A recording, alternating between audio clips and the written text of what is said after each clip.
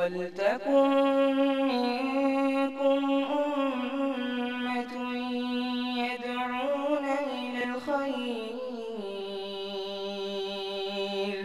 ويأمرون بالمعروف وينهون عن المنكر وأولئك هم المفلحون. الله نحمده ونستعينه ونستغفره ونعوذ بالله من شرور أنفسنا ومن سيئات أعمالنا من يهده الله فلا مضل له ومن يضلل فلا هادي له وأشهد أن لا إله إلا الله وحده لا شريك له وأشهد أن محمدا عبده ورسوله. أما بعد فإن خير الحديث كتاب الله وخير الهدي هدي محمد صلى الله عليه وسلم وشر الأمور محدثاتها وكل محدثة بدعة وكل بدعة ضلالة وكل ضلالة في النار. فقد قال الله تبارك وتعالى في محكم تنزيله بعد أعوذ بالله السميع العليم من الشيطان الرجيم بسم الله الرحمن الرحيم ولقد خلقنا الإنسان ونعلم ما توسوس به نفسه ونحن أقرب إليه من حبل الوريد إذ يتلقى المتلقيان عن اليمين وعن الشمال قعيد ما يلفظ من قول إلا لديه رقيب عتيد وجاءت سكرة الموت بالحق ذلك ما كنت منه تحيد ونفخ في الصور ذلك يوم الوعيد وجاءت كل نفس معها سائق وشهيد لقد كنت في غفلة من هذا فكشفنا عنك غطاءك فبصرك اليوم حديد وقال قرينه هذا ما لدي عتيد ألقيا في جهنم كل كفار عنيد مناع للخير معتد مريب الذي جعل مع الله إلها آخر فألقياه في العذاب الشديد. قال قرينه ربنا ما أطغيته ولكن كان في ضلال بعيد قال لا تختصموا لدي وقد قدمت إليكم بالوعيد ما يبدل القول لدي وما أنا بظلام للعبيد. وقال الله تبارك وتعالى في مقام آخر اقترب للناس حسابهم وهم في غفلة معرضون. وقال الله تعالى في مقام آخر يا أيها الذين آمنوا اتقوا الله ولتنظر نفس ما قدمت لغد واتقوا الله إن الله خبير بما تعملون. محترم حاضرین، دوستوں، بزرگوں اور ساتھیوں، پردہ نشین اسلامی رشتے کی مائیں اور بہنیں، ہر قسم کی تعریف، حمد و ثنا، کبریائی، پاکیزگی اور بڑائی جملہ مخلوقات کی بندگی کا اکیلا مستحق اللہ سبحانہ و تعالیٰ کے لیے لائق و سزاوار ہے۔ وہی پروردگار عالم ہے، اسی نے ہمیں، آپ کو اور ساری کائنات کو تخلیق بخشی ہے۔ اللہ رب العالمین کی بادشاہت سے دنیا کا کوئی کونا بھی الگ نہیں۔ اللہ رب العالمین اکیلا ہے اور تنہا ساری دنیا کی نگرانی ہر آن، ہر لمحہ اور ہر گھڑی فرما رہا ہے۔ اس کا احسان عظیم ہے کہ اس نے ہمیں اور آپ کو مسلمان بنایا، اسلام جیسی عظیم دولت سے مالا مال فرمایا۔ اللہ رب العالمین نے اپنے پیغام کو، اپنی تعلیم کو ساری انسانیت کے لیے عام فرمایا ہے، اور اس کام کو پائے تکمیل تک پہنچانے کے لیے ہر دور میں انبیاء کرام کو دنیا کے اندر بھیجنے کا سلسلہ بھی جاری فرمایا تھا۔ آخری نبی آخری پیغام لے کر، آخری قانون اور آخری شریعت لے کر اس دنیا کے اندر تشریف لائے، اور اس آخری نبی نے جس طرح سے اللہ رب العالمین کے دیے ہوئے آخری پیغام کو پایا تھا، ہو بہو ویسا ہی بغیر کسی کمی اور بیشی کے انسانیت کے سامنے پیش فرما دیا۔ اور اس سے بھی آگے بڑھ کر کے آپ صلی اللہ علیہ وسلم نے اپنی نبوت کی 23 سالہ زندگی میں رات اور دن کی گھڑیوں کے اندر اللہ رب العالمین کے دیے ہوئے آخری پیغام کو عملی طور پر برت کر سارے جہان والوں کے لیے قیامت تک کے لیے بطور نمونہ چھوڑ دیا۔ درود و سلام ہو اشرف المخلوقات میں سب سے افضل قیامت کے دن کے سردار جناب محمد رسول اللہ صلی اللہ علیہ وسلم پر اللہم صلی علی محمد وعلی آل محمد کما صلیت علی ابراہیم وعلی آل ابراہیم انک حمید مجید اللہم بارک علی محمد وعلی آل محمد کما بارکت علی ابراہیم وعلی آل ابراہیم انک حمید مجید۔ حاضرین گرامی، دوستو، بزرگوں اور ساتھیوں، گزشتہ جمعہ میں دلوں کے علاج کے تعلق سے ہم نے آپ کے سامنے گفتگو کی تھی کہ کس طرح سے انسان کو چاہیے کہ وہ اپنے دل کا محاسبہ کرے اور اس کا علاج کرتا رہے تاکہ وہ خراب نہ ہو، اور اگر دل خراب ہو گیا تو اس کا پورا جسم خراب ہو جائے گا۔ الا ان فی الجسد مضغہ، نبی صلی اللہ علیہ وسلم نے فرمایا کہ آگاہ ہو جاؤ، جسم میں ایک ٹکڑا ہے، اگر وہ صحیح ہے تو پورا جسم صحیح ہے، اور اگر وہ فاسد ہو گیا، خراب ہو گیا اور اس کے اندر خرابی پیدا ہو گئی تو انسان کا پورا جسم جو ہے وہ خراب ہو جائے گا۔ محترم حاضرین، دلوں کو لگنے والی بہت ساری بیماریاں ہیں۔ ان بیماریوں میں اللہ سبحانہ و تعالی کی عذاب کی شکل میں جو بیماری لگتی ہے وہ ہے غفلت کی بیماری۔ غفلت کی بیماری، اگر انسان کا دل غافل ہو جائے تو پھر اس دل کو کہیں سکون، قرار اور چین نہیں ملتا۔ ابن قیم رحمہ اللہ نے لکھا ہے کہ دلوں کی دو قسمیں ہیں، قلب ذاکر، وہ دل جو اللہ کا ذکر کرنے والا ہو، اور دوسری قسم کہا وہ قلب غافل، وہ دل جو اللہ سبحانہ و تعالی کے ذکر سے، اس کی نصیحتوں سے غافل ہو، اس کی نصیحتوں سے غافل ہو۔ اور اسی کو، قلب غافل کو، قلب جاہل بھی کہا جاتا ہے، یعنی وہ دل جس میں اللہ سبحانہ و تعالی کی عظمت کما حقہ پیوست نہ ہو، بیٹھی ہوئی نہ ہو، اللہ تعالیٰ کے مقام کو، اس کے مرتبے کو وہ آدمی سمجھنے والا نہ ہو۔ اور اسی کے جانب حضرت عبداللہ ابن عباس رضی اللہ عنہما نے اشارہ کرتے ہوئے فرمایا تھا کہ کوئی بھی انسان اگر اللہ سبحانہ و تعالیٰ کی نافرمانی کرتا ہے وہ آدمی جاہل ہے، اگرچہ وہ جان رہا ہے کہ یہ گناہ ہے، لیکن اگر وہ اس کو انجام دے رہا ہے تو وہ جاہل ہے۔ کہا یہاں جہالت کا کیا مطلب ہے؟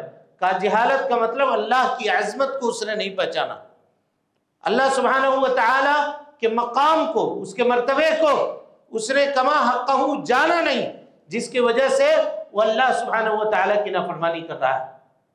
صحابی میں ایک صحابی ہیں حضرت حنظلہ رضی اللہ تعالیٰ عنہ، جن کو غسیل الملائکہ کہا جاتا ہے، فرشتوں نے ان کو غسل دیا تھا، احد میں ان کی شہادت ہوئی ہے۔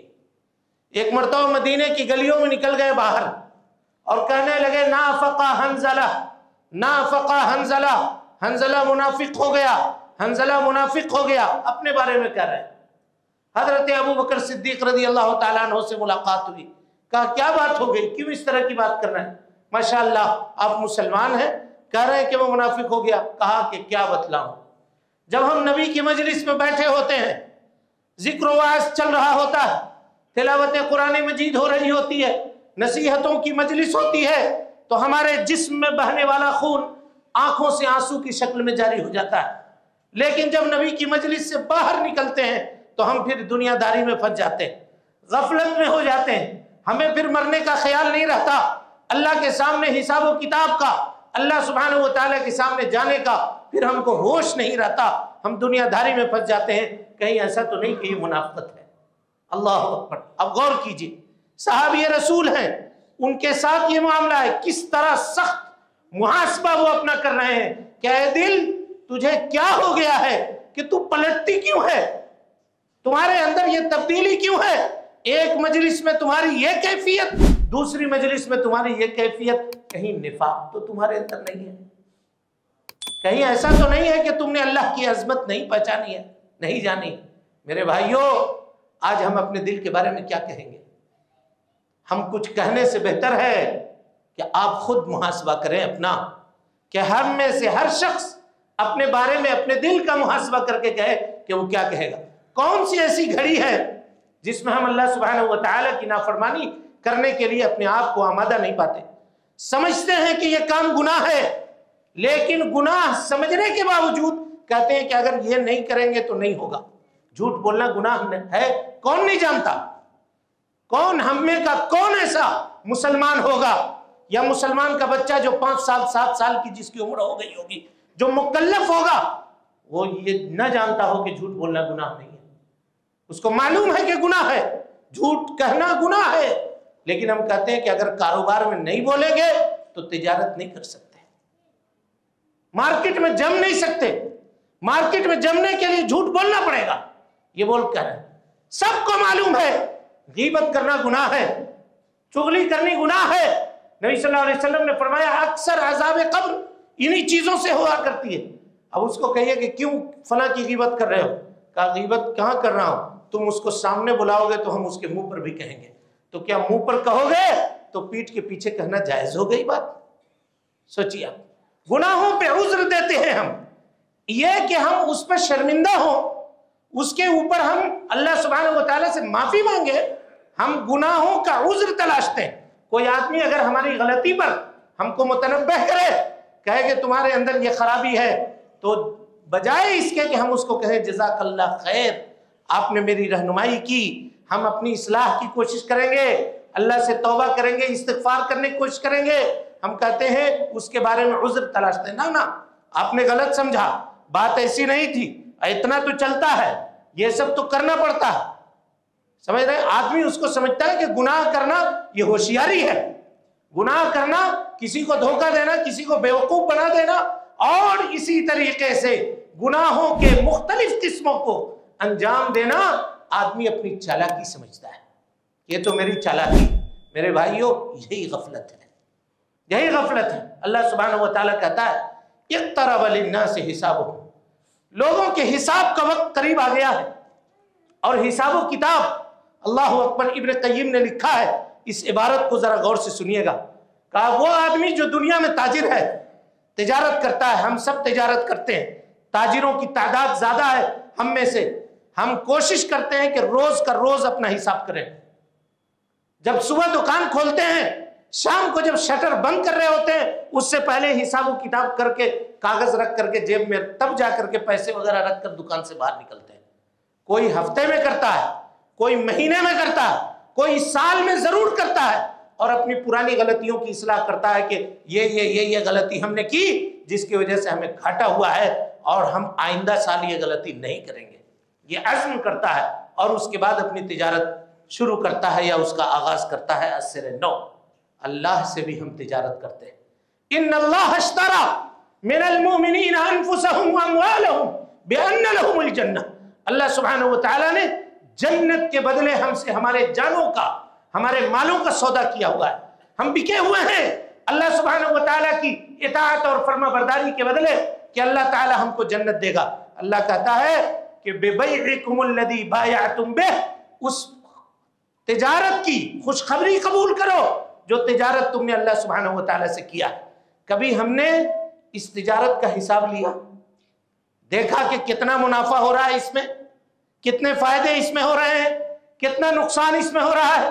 میرے بھائیوں، انسان جب دنیا میں آتا ہے تو دنیا میں آ جانے کے بعد وہ دنیاوی ضرورتوں کی اپنی تیاری شروع کرتا ہے۔ بچے کی پیدائش ہوتی ہے، تب اس کے ماں باپ جا کر اس کے لیے کپڑے وغیرہ خریدتے ہیں، اور دوسری چیزیں اس کے انتظامات رفتہ رفتہ کیے جاتے ہیں۔ لیکن آخرت کا معاملہ یہ ہے کہ وہاں تیاری نہیں ہے، پہلے تیاری آگے بھیج دینی ہے، پہلے سامان پیک کر کے بھیج دینا ہے، اور پھر ہم کو ادھر سے نکل کر کے جانا ہے۔ دنیا کا معاملہ تو یہ ہے کہ سامان پیک کر کے بھیج دیا، وہاں جا کر کے دیکھے کوئی چیز کمی ہے، فون کر کے منگوا لیا، دوبارہ آ کر کے منگوا لیے، لیکن وہاں ربنا ابصرنا وسمعنا فرجعنا نعمل صالحا انا موقنون، اگر ہم یہ کہیں گے کہ اللہ ہم نے دیکھ لیا، جو سنتے تھے عذاب نگاہوں سے دیکھ لیا، اے اللہ ہم مایوس ہیں، اے اللہ ہم نادم ہیں، اے اللہ ہم اپنے گناہوں سے معافی مانگتے ہیں، ہمیں تو لوٹا دے۔ اللہ تعالیٰ کہے گا بھول گیا تو 60 سال کی زندگی ہم نے تمہیں دی تھی، 70 سال کی زندگی دی تھی، کتنا موقع دیا تھا، اس درمیان میں کتنی نصیحتیں، کتنی عبرتیں، کتنی موتوں کو تمہارے نگاہوں کے سامنے دیکھا تھا، تو جب مجھے یاد نہ کر سکا تو اب یہاں سے لوٹ نہیں سکتا۔ وَمِن وَرَائِهِمْ بَرْزَخٌ إِلَى يَوْمِ يُبْعَثُونَ، اب تمہارا لوٹنا کبھی بھی دنیا کی جانب نہیں ہوگا، یہ میرا حتمی فیصلہ ہے، اور میرا فیصلہ بدلا نہیں کرتا کہ جو ایک مرتبہ ادھر آ گیا ادھر سے لوٹ کر کے کبھی نہیں جائے گا واپس۔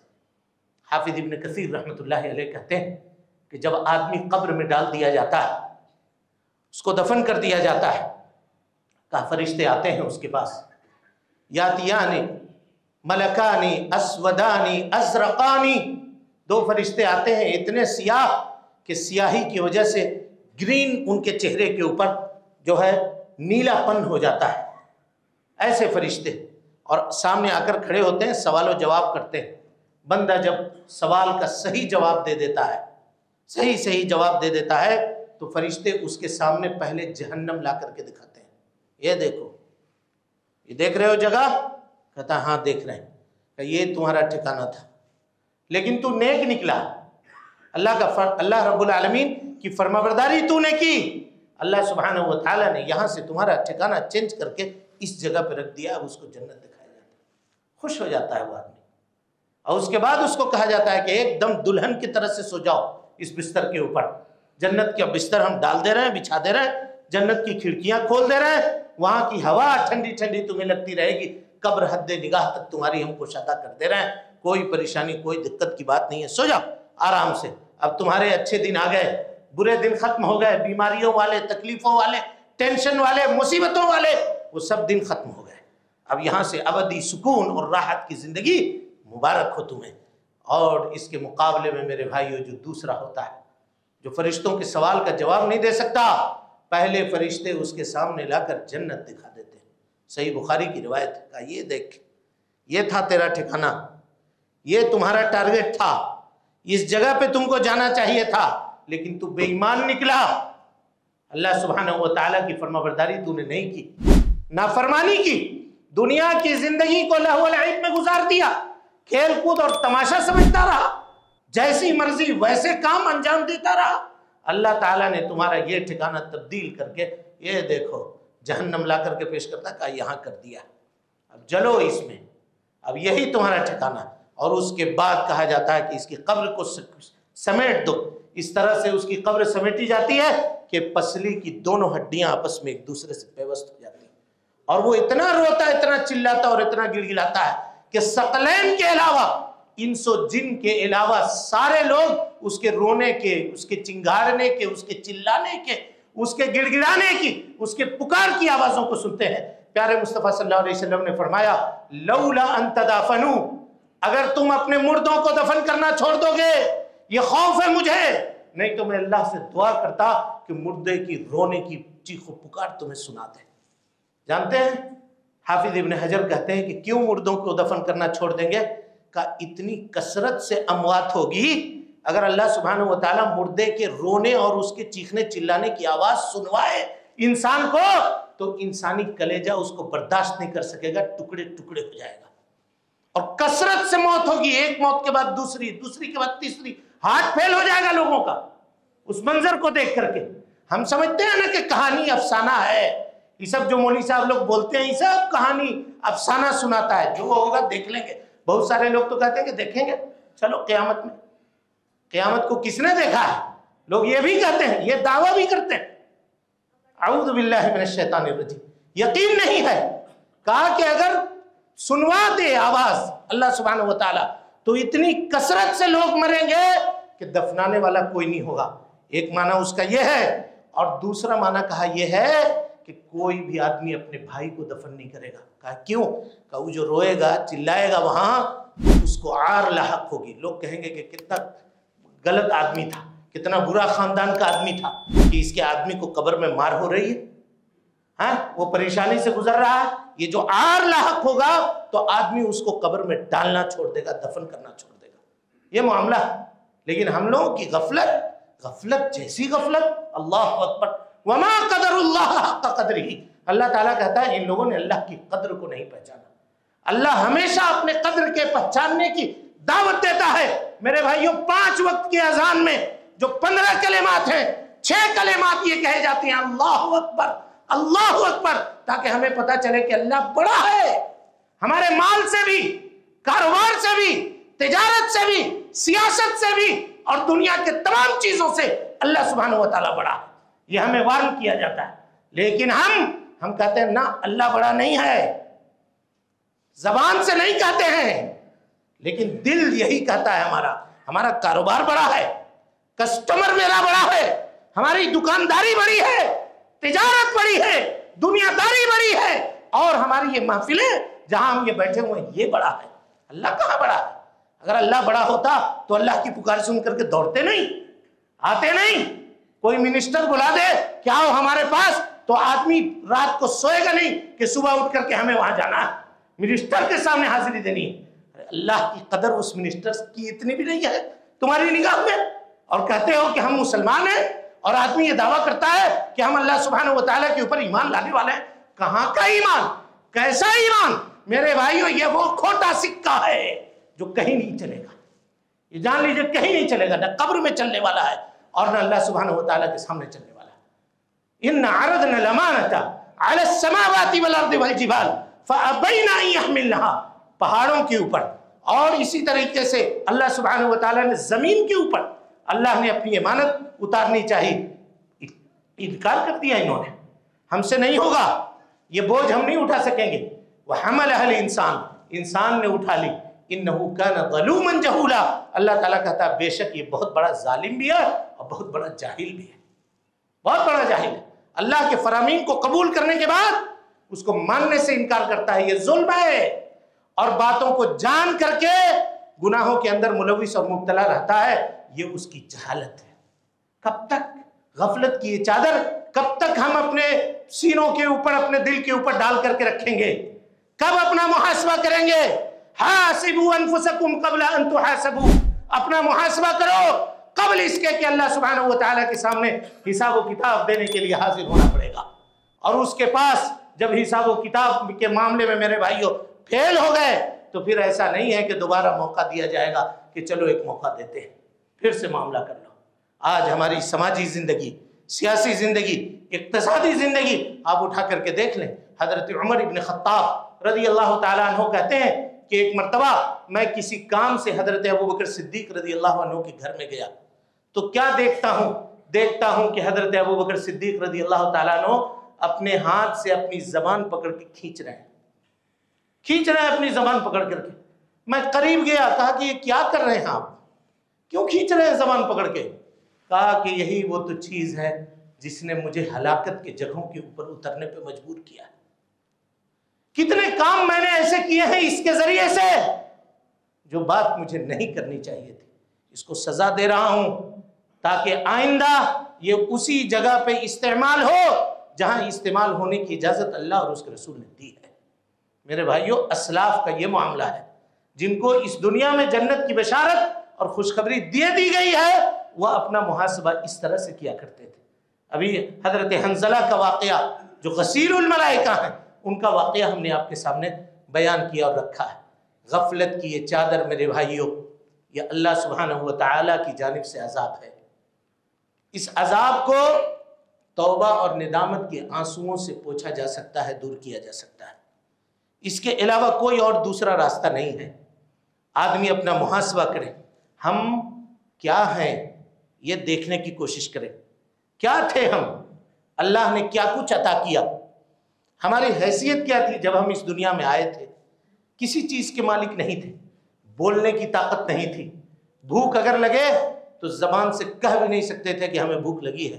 اللہ نے زبان دی، سننے کی صلاحیت دی، آنکھیں دی، اور اس کے بعد رفتہ رفتہ ہم کو جوان کر دیا.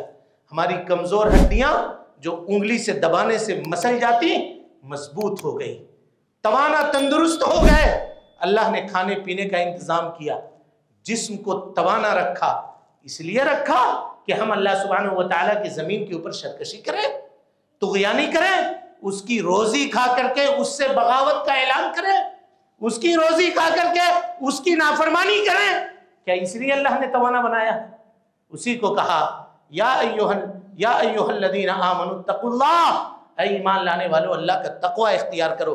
وَلْتَنْظُرْ نَفْسٌ مَا قَدَّمَتْ لِغَدٍ، اور ہر آدمی تم میں کا یہ دیکھے کہ اس نے کل کے لیے کیا سامان تیار کر رکھا ہے۔ حساب کرے اپنا، جوڑ گھٹاؤ کرنے کی ضرورت ہے، گناہ بھاگ کرنے کی ضرورت ہے تو کرے، کل کے بارے میں اس نے کیا کام کیا۔ کہا وَاتَّقُوا اللَّهَ، پھر کہا اللہ کا تقوی اختیار کرو۔ اللہ سبحانہ وتعالی تمہارے عملوں سے واقف ہے، جو کچھ تم کیا کرتے ہو اللہ سبحانہ وتعالی اس سے باخبر ہے۔ اور اس کے بعد کہا وَلَا تَكُونُوا كَالَّذِينَ نَسُوا اللَّهَ، ان لوگوں میں سے مت ہو جاؤ جنہوں نے اللہ کو بھلا دیا، فَأَنْسَاهُمْ أَنفُسُهُمْ، بدلے میں اللہ سبحانہ وتعالی نے ان کو خود بھلا دیا کہ وہ کیا ہے، وہ خود اپنے آپ کو بھول گئے وہ کیا ہے، اور زندگی بس یوں ہی گزارتے رہے، اور جب موت کی گھڑی قریب آ گئی تب ان کو احساس ہوا کہ اب ہم نے کیا کچھ کیا ہے۔ لیکن ہائے افسوس، ندامت اس گھڑی پر آئی کہ جس وقت ندامت کارگر نہیں ہے۔ میرے بھائیوں، دلوں کی صفائی کے لیے سب سے پہلے ضروری ہے کہ ہم اپنے آپ کو علم سے مزین کریں، علم سے مزین کریں۔ نبی صلی اللہ علیہ وسلم نے فرمایا، اور اسی طرح سے اللہ سبحانہ وتعالی فرماتا ہے وَذَكِّرْ فَإِنَّ الذِّكْرَى تَنْفَعُ الْمُؤْمِنِينَ، نصیحت کیا کیجئے، نصیحت مومنوں کو فائدہ پہنچاتی ہے۔ لیکن ہمارا معاملہ یہ ہے کہ ہم نصیحت تک سننے کے لیے تیار نہیں ہے بھائی، ان باتوں کو سننے کے لیے بھی تیار نہیں۔ آج ٹیسٹ پتہ چلتا ہے، اس کے بارے میں ہو رہا ہے، ہماری ضرورت کیا ہے اس میں بات چل رہی ہے، تو کیا نصیحت بھی آدمی چہرہ دیکھ کے کرے کہ کیسا لگ رہا ہے، اس کو پسند آ رہا ہے کہ نہیں، بھائی صاحب کو اس اعتبار سے بولے۔ ہاں بتائیے، مجلسیں لگتی ہیں تو یہ بولا جا رہا ہے، تو یہ بولا جا رہا ہے، تو یہ کہا جا رہا ہے، تو یہ کہا جا رہا ہے، تو آپ کی ضرورت کے مطابق بولیں، جو آپ کو اچھا لگے، جو میٹھا لگے وہی کہیں، اب باقی نہ کہیں۔ یہ کیسی غفلت ہے میرے بھائیوں، کیسی غفلت ہے، کس دہانے پر ہم کھڑے ہیں؟ کبھی اپنا موازنہ کیجئے، سوچئے، قرآن اور حدیث میں کہہ رہے ہیں کہ ہماری مرضی کے مطابق ہونا چاہیے تب اچھا تھا۔ یہ کیا بات ہو رہی ہے، کس طرح کی باتیں ہو رہی ہیں؟ کہا وَذَكِّرْ، نصیحت کیجئے، فَإِنَّ الذِّكْرَى تَنْفَعُ الْمُؤْمِنِينَ، اس لیے کہ نصیحت مومنوں کو فائدہ دیتی ہے۔ اور اگر نصیحت سن کر کے ہم کو فائدہ نہیں ہو رہا ہے تو سمجھ لیجئے پھر ہم مومن نہیں ہیں۔ یہی نہ مانا ہوا، نصیحت کا فائدہ کس کو ہوتا ہے؟ مومنین کو ہوتا ہے۔ اور اگر نصیحت سن کے نہیں فائدہ ہو رہا ہے تو اس کا مطلب یہ ہے کہ ہمارا دل ایمان کے روشنی سے خالی ہے۔ جس کے دل میں کچھ چنگاری ہو اس کو پھونک کر کے بھڑکائی جا سکتی ہے، لیکن جو دل چنگاری سے بھی محروم ہو ایمان کے، اس کے اندر کچھ بھی کر لیجئے کوئی فائدہ حاصل ہونے والا نہیں ہے، سوائے اس کے کہ اللہ سبحانہ وتعالی اس کو توفیق دے۔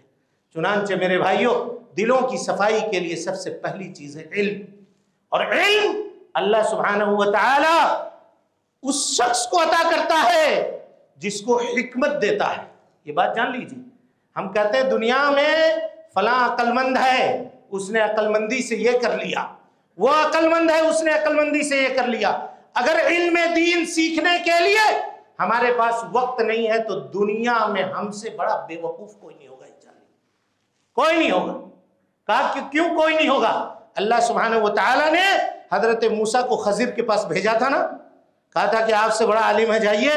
جب یہ دونوں پہنچے، یوشع ابن نون اور حضرت موسیٰ، تو اللہ نے کیا کہا؟ کہا فَوَجَدَا عَبْدًا مِّنْ عِبَادِنَا، ہمارے دو بندے موسیٰ اور یوشع ابن نون پاتے ہیں میرے ایک بندے کو، عَبْدًا مِّنْ عِبَادِنَا آتَيْنَاهُ رَحْمَةً مِّنْ عِنْدِنَا، جس کو ہم نے اپنے جانب سے رحمت دی تھی۔ ابھی علم کا ذکر نہیں ہو رہا ہے، رحمت کا تذکرہ ہو رہا ہے، غور کیجئے۔ اللہ کی رحمت ہوتی ہے، آتَيْنَاهُ رَحْمَةً مِّنْ عِنْدِنَا وَعَلَّمْنَاهُ مِن لَدُنَّا عِلْمًا، پہلے رحمت اور اس کے بعد علم۔ اگر اللہ ہمارے اوپر رحم کرنا چاہتا تو ہم کو علم کی سمجھ دیتا، سوچ دیتا، اتنی صلاحیت دیتا کہ تھوڑی دیر ہم کتاب و سنت کی باتیں سننے کے لیے اپنے آپ کو تیار کریں، اپنے ایمان کو تیز کرنے کے لیے، اس کے دھار کو تیز کرنے کے لیے، قلب کو سیکل کرنے کے لیے، زنگوں سے چھڑانے کے لیے ہم تھوڑا سا اپنا وقت نکالیں۔ لیکن اگر نہیں نکال پا رہے ہیں تو جان لیجئے اللہ سبحانہ و تعالیٰ کی رحمت سے ہم محروم ہیں. فوجد عبدا من عبادنا آتیناہ رحمتا من عندنا وعلمناہ من لدنا علما. پہلے رحمت کا ذکر کیا اور اس کے بعد کس کا ذکر کیا؟ علم کا ذکر کیا. اللہ سبحانہ و تعالیٰ کی رحمت ہے یہ علم، اور رحمت سے حاصل کی جاتی ہے. اگر علم دین میں سیکھنے میں جی نہیں لگ رہا ہے، دل نہیں چاہ رہا ہے، تو سمجھ لیجئے کہ اللہ نے اپنی رحمت سے ہم کو دور کیا ہوا ہے، ہم اس کی رحمت سے دور ہیں. اور اس کے بعد میرے بھائیوں، علم سے ہی ہم کو پتا چلے گا کہ کون سا گناہ ہے، ہمارا کون سا عمل یہ نیکی ہے. گناہوں کی تقسیم ہے. اس سے پہلے کہ خطبے میں ہم نے آپ کے سامنے رکھی ہے. لوگ سوال کرتے ہیں کہ مولوی صاحب یہ کام ہوا ہے، کیا یہ صغیرہ ہے کہ کبیرہ ہے؟ کائے پوچھ رہے ہو بھائی؟ کہ اگر صغیرہ ہوگا تو کوئی بات نہیں ہے، صغیرہ ہوگا تو کوئی بات نہیں ہے. صغیرہ ہوگا یہ کیٹیگری اس لیے تقسیم نہیں کی گئی ہے کہ صغیرہ کرو اور کبیرہ کو چھوڑو، اس لیے نہیں کی گئی ہے. احکام مرتب کرنے کے لیے کیے گئے ہیں، ورنہ چھوڑنے کے لیے سارے گناہوں کو چھوڑنا ہے، چاہے وہ صغیرہ ہو چاہے وہ کبیرہ ہو. دلیل اس کی کیا ہے؟ نبی صلی اللہ علیہ وسلم نے فرمایا، لوگو اذا امرتکم بامرن، جب میں تمہیں کسی کام کے کرنے کا حکم دوں، فَأْتُوا مِنْهُ مَا اسْتَطَعْتُمْ، جتنی تمہاری طاقت ہو اتنی بھر وہ عمل کرو. وَإِذَا نَهَيْتُكُمْ عَنْ شَيْءٍ، اور اگر میں تمہیں کسی چیز سے منع کر دوں، فَاجْتَنِبُوهُ، اس چیز سے کامل طور پر جاؤ، چاہے گناہ صغیرہ ہو چاہے گناہ کبیرہ ہو. اللہ کے نبی صلی اللہ علیہ وسلم نے اور اللہ سبحانہ و تعالیٰ نے اس گناہ سے منع کیا ہے، ہم کو چھوڑنا ہی چھوڑنا ہے. اور کہتے ہیں لا صغیرۃ مع الاصرار، کوئی بھی صغیرہ گناہ جس کے اوپر اصرار کیا جائے، مداومت برتی جائے، وہ صغیرہ نہیں ہوتا، پھر وہ کبیرہ ہو جاتا ہے. اور ولا کبیرۃ مع الاستغفار، اور کوئی بھی کبیرہ گناہ اگر اس کے بعد آدمی استغفار کر لے، توبہ کر لے، صدق دل سے اللہ سبحانہ و تعالیٰ سے معافی مانگ لے، تو اب وہ گناہ باقی نہیں رہتا، اللہ اس گناہ کو مٹا دیتا ہے، ختم کر دیتا ہے. میرے بھائیوں، یہ ہمیں جاننے کی ضرورت ہے. اور اسی طریقے سے اگر ہم اپنا دل سیقل کرنا چاہتے ہیں، صاف کرنا چاہتے ہیں، تو ہمیں برائیوں کے اسباب سے بھی اپنے آپ کو بچانا پڑے گا، اسباب سے بھی بچانا پڑے گا. اور برائیوں کے اسباب میں آج سب سے بڑا سبب جو ہے میرے بھائیوں، وہ انٹرنیٹ کا استعمال، فیس بک اور اس طرح کے جو سوشل میڈیا سائٹس ہیں ان کا استعمال، اس میں اپنے وقت کو لگانا اور ضائع اور برباد کرنا. اسی میں کیا ملتا ہے، اس کو پا کر کے کیا دنیا کی کوئی نعمت ہمیں حاصل ہوتی ہے یا آخرت کی کوئی نعمت اس سے ہمیں حاصل ہوتی ہے؟ لیکن وہ عمر کا قیمتی لمحہ جو اس کو دیکھنے میں ہم نے گزار دیا ہے، وہ کبھی ہماری زندگی میں لوٹ کر نہیں آئے گا. اس میں ہم اللہ تعالیٰ کی رضامندی کا کوئی کام کر سکتے تھے، آخرت کی تیاری کر سکتے تھے، اللہ تعالیٰ کو خوش کرنے کا کوئی عمل کر سکتے تھے. لیکن آج دیکھیے کیا جوان، کیا بوڑھا، کیا چھوٹا، کیا بچہ، وہ سب کے سب اس میں ملوث ہیں اور اپنی عمر کے قیمتی ترین لمحات کو لہو لعب کے کاموں کے اندر گزار رہے ہیں، بتا رہے ہیں. کل قیامت میں جب اللہ پوچھے گا کہ جب مسجدوں میں نمازیں لمبی ہوتی تھی مچل جاتے تھے، تراویح کی نماز میں اگر حافظ صاحب نے تلاوت لمبی کر دی تو تمہارے ہوش ٹھکانے آ جاتے تھے، موبائل میں ایک ایک گھنٹہ بیٹھے رہتے تھے، اس وقت تم کو کوئی معاملہ نہیں ہوتا تھا. پھر کیا جواب دیجیے گا؟ پھر اللہ سبحانہ و تعالیٰ کے سامنے ہم کو بولنے کے لیے کیا رہے گا؟ یہ کبھی سوچا ہے ہم نے؟ اس کے اوپر توجہ دی ہے؟ اگر میرے بھائیوں توجہ نہیں دی ہے تو دینے کی کوشش کیجیے، جواب تلاشیے. کیا جواب دیجیے گا؟ اور یہ جان لیجئے جن کے اگلے اور پچھلے گناہ معاف تھے وہ کہا کرتے تھے اللہم حاسبنی حسابا یسیرا، اللہ آسان حساب لینا، آسان حساب لینا. ام المؤمنین نے کہا کہ آسان حساب کیا مانا ہے؟ کہا عائشہ عرض مانے پیش ہونا میں عمل، اللہ تعالیٰ پلٹ کے کہہ دے گا جاؤ کلیئر ہے، ٹھیک ٹھاک ہے، کوئی مسئلہ نہیں.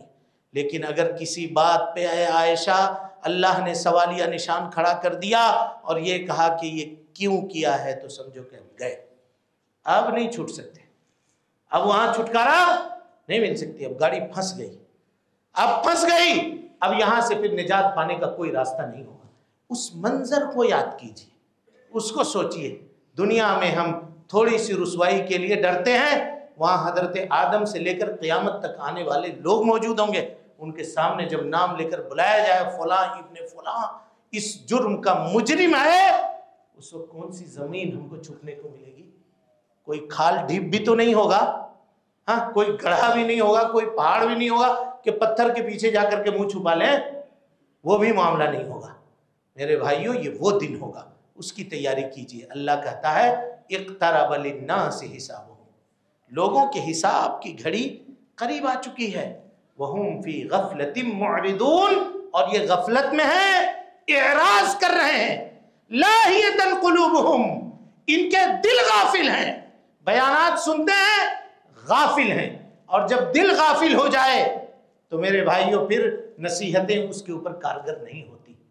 دلوں کی غفلت کو ختم کرنے کی کوشش کیجیے، دلوں کو اللہ سبحانہ و تعالیٰ کی جانب راغب کرنے کی اور اللہ تعالیٰ کی نعمتوں کے احساس کرتے ہوئے اس کے جانب آگے بڑھانے کی کوشش کیجیے۔ انسانوں کی 3 کیٹیگری نیکیوں کے تعلق سے متعین کی گئی ہے، تینوں میں سے ہم کس جگہ پر ہیں اس کو دیکھ لیں اور ہم خطبے کو ختم اس کے بعد کرتے ہیں۔ اللہ تعالیٰ کہتا ہے ثم اورثنا الکتاب الذین اصطفینا من عبادنا، ہم نے اپنی کتاب نازل کی اپنے ان بندوں کے اوپر جن کو ہم نے سلیکٹ کیا تھا۔ اللہ اکبر، یعنی ہم اللہ کے سلیکٹڈ ہیں بھائی، اللہ کے سلیکٹڈ ہیں، لیکن کبھی ہم نے اس کو سوچا نہیں۔ کیوں نہیں سوچا؟ وہی پھر اس آیت سے سمجھیے، وَلَا تَكُونُوا كَالَّذِينَ نَسُوا اللَّهَ فَأَنْسَاهُمْ أَنفُسَهُمْ، ان لوگوں میں سے فَأَنْسَاهُمْ أَنفُسَهُمْ، ان لوگوں میں سے مت ہو جاؤ جو اللہ کو بھول گئے۔ اللہ کو کیا بھولے؟ وہ اپنے آپ کو بھول گئے، ہم اپنے آپ کو بھول گئے، اپنی قدر اپنی منزلت کو بھول گئے۔ اللہ اکبر، مقام ہمارا کیا ہے ہم بھول گئے۔ امت محمدیہ میں پیدا ہو جانا، کیا یہ ہم نے اللہ کے سامنے کوئی پیٹیشن فائل کیا ہوا تھا کیا؟ اللہ تعالیٰ نے خاص مہربانی کی ہے ہمارے اوپر کہ ہم کو جناب محمد رسول اللہ صلی اللہ علیہ وسلم کے امت میں پیدا کیا اور مسلمان مومن موحد بنا کے پیدا کیا۔ مسلمان گھرانے میں چاہتا تو ہمارا کچھ اور بھی نام ہو سکتا تھا، کوئی اور بھی نام ہو، ہم کیا کر لیتے، لیکن اللہ نے یہ مقام ہم کو دیا، سلیکٹ کیا۔ ثم اورثنا الکتاب الذین اصطفینا من عبادنا، اپنے بندوں میں سے جن کو ہم نے چنا تھا، سلیکٹ کیا تھا، ان کو ہم نے کتاب کا وارث بنا دیا، قرآن مجید کا وارث بنا دیا، حدیث مصطفیٰ کا وارث بنا دیا۔ فَمِنْهُمْ ظَالِمٌ لِنَفْسِهِ، اللہ اکبر، اللہ کہتا ہے کچھ لوگ ان میں ایسے ہیں جو ظالم ہیں، ظلم کرنے والے ہیں۔ کیسے ظلم کرنے والے ہیں؟ اللہ کے واجبات کو ادا نہیں کرتے، مستحبات کو ادا نہیں کرتے، فرائض کو ترک کرتے ہیں، منکرات کو، گناہ کے کاموں کو انجام دیتے ہیں، ادھر نہ نیکی کے کام کرتے ہیں، اوپر سے جو محرمات ہیں ان کو انجام دیتے ہیں، یہ ظالم ہے۔ فَمِنْهُمْ ظَالِمٌ لِنَفْسِهِ، اور اس کے بعد کہا وَمِنْهُمْ مُقْتَصِدٌ، کچھ لوگ ایسے ہیں جو درمیانی ہیں۔ درمیانی کا مطلب فرائض تو پڑھ لیتے ہیں، نوافل سے غفلت برتتے ہیں، نوافل سے غفلت برتتے ہیں، نوافل چھوڑ دیتے ہیں، ترک کر دیتے ہیں، اور اس کے اوپر مداومت نہیں کرتے۔ کہا یہ لوگ ہیں مقتصد، درمیانی، ہر معاملے میں فرائض کی ادائیگی ان کے نزدیک زیادہ اہمیت کی حامل ہوتی ہے۔ حالانکہ میرے بھائیوں اب یہ جان لیجئے، نبوت کا جو یہ بار اللہ کے نبی صلی اللہ علیہ وسلم کے اوپر ڈھالا جا رہا تھا، تو جو سورہ مدثر کی آیت نازل ہوئی اس کے فوراً بعد سورہ مزمل کی آیت نازل ہوئی، اور اس میں کیا کہا؟ یا ایھا المزمل قم اللیل الا قلیلا، رات کو اٹھیے اور نماز ادا کیجئے، الا قلیلا، تھوڑا سا سوئیے، باقی وہ پورے وقت میں نماز ادا کیجئے۔ ابھی نماز کی فرضیت نہیں ہوئی تھی، 10 سال باقی تھے نماز کو، معراج پہ جا کے نماز ملی ہے، لیکن یہ نماز جو رات میں پڑھی جاتی ہے اس کا حکم نبوت کے چند دنوں کے بعد نبی صلی اللہ علیہ وسلم کو دے دیا گیا۔ یہ مومن کی طاقت ہے، یہ اس کے دلوں کو چارج کرنے والی چیز ہے۔ آج ہم نماز سے غفلت ہے برتنے والے ہیں، فرض نمازوں سے غفلت برتنے والے ہیں، نوافل تو چھوڑ دیجئے، اس کی تو کوئی ہماری نگاہ میں کوئی قدر و قیمت ہے ہی نہیں، اور اگر ہے تو آج دیکھ لیجئے حالات کس طرح بنتے چلے جانا ہے، کیسے ہوتے چلے جانا ہے۔ تو کہا کہ وَمِنْهُمْ مُقْتَصِدٌ، درمیانے لوگ کچھ ہیں، وہ کیا کرتے ہیں؟ فرائض ادا کر دیتے ہیں، ہر معاملے میں، صرف نماز کی بات نہیں کر رہا ہوں، ہر معاملے میں فرض کی ادائیگی کر دیتے ہیں، اور جو ہے یعنی حرام کام سے بچ جاتے ہیں، مکروہات کو نہیں چھوڑتے، مکروہ کام کو انجام دے دیتے ہیں۔